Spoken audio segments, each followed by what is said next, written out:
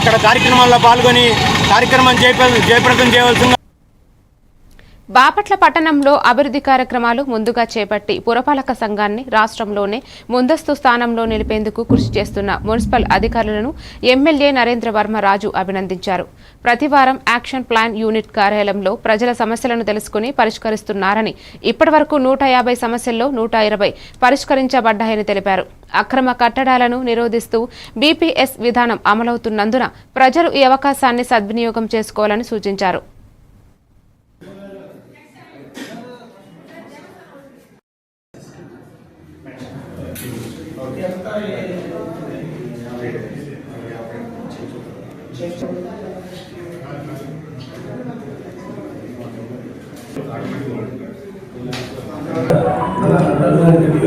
ఇద్దరు కలిసి మున్సిపాలిటీకి వెళ్ళి ఇవి 3 కోట్ల కేటాలు సప్లైతో ఈ సందర్భంగా తెలియజేస్తున్నా.